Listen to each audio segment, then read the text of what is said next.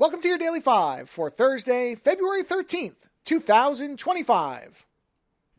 If your week on the web has been anything like mine, you've probably here or there seen a number of different sites reporting the headline that YouTube is apparently now more popular to view on TVs than it is on smartphones, which actually I'm kind of surprised it's taken this long, but this makes a lot of sense to me. I think some people were kind of puzzled by this, and I think that's a byproduct of the fact that we're so used to seeing people watching things on their phone.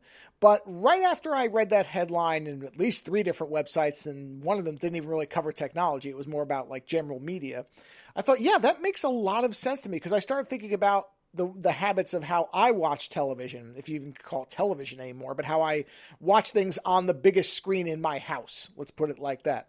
And often, what my wife and I tend to watch is we are either watching reruns of shows that we like on our Plex server, or if there is a new series like Severance Season 2, we'll end up watching that once it completes. But outside of that, we both just have found that anything that you can think of, there is likely to be a bunch of videos on YouTube about it. So any type of subject matter, any type of show or media or anything, I can only think of one thing. In all the years I've used YouTube, I can only think of one property that I ever looked for that had less than probably 5 to 10 videos, if not far more. One in all that time had, I think, 2 or 3, and everything else has been, okay, there's like 70 videos on this. Which one do I want to watch? And that's on anything, video games, music, movies, TV shows. I mean, there's whole channels devoted to toy lines and, background stories on every esoteric thing you can think of.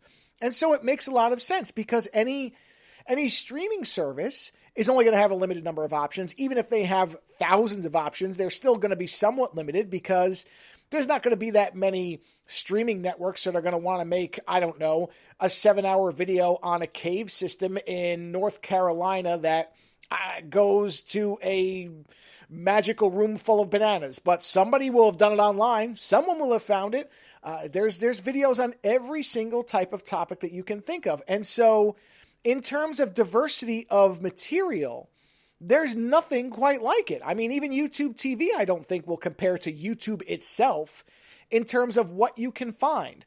There really is almost no subject matter that at this point is too niche that you will not find stuff somewhere in YouTube for it. And also, not only will you find the material, but there will be stuff for people who like short form videos, 15 minutes or less. There'll be videos that are probably around 30 to 45 minutes. And then there'll be videos that are 2, 3, 4, 5 hours long. There's everything. And so this makes complete sense. This feels like, in some ways, the dream when a lot of us were younger was this idea that you could just mix and match cable channels, build your own cable network, basically, from what you were subscribing to only watch the stuff that you want to watch because those were your topics of interest. Well, that's what YouTube is now.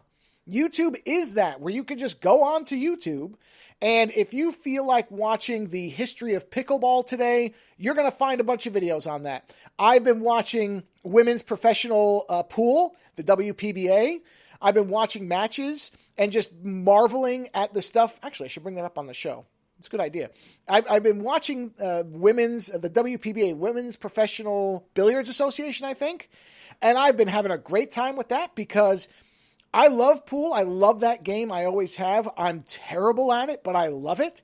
And so I'm watching these women with no ego, no attitudes, none of the posturing and BS male macho stuff that almost every other sport has. They're just competing at the top of their form, and they're just trying to play the best game they can. And these streams are very bare bones and simple. There's not a lot of over-engineered drama or these theatrical. If you watch the Super Bowl, you're going to sit through 2 hours of these different players' life stories with overly dramatic music and camera angles, and how the 6th grade teacher of the linebacker took a chance on him when, blah, blah, blah, blah. Who cares? Just play the game. And that's what this stuff is.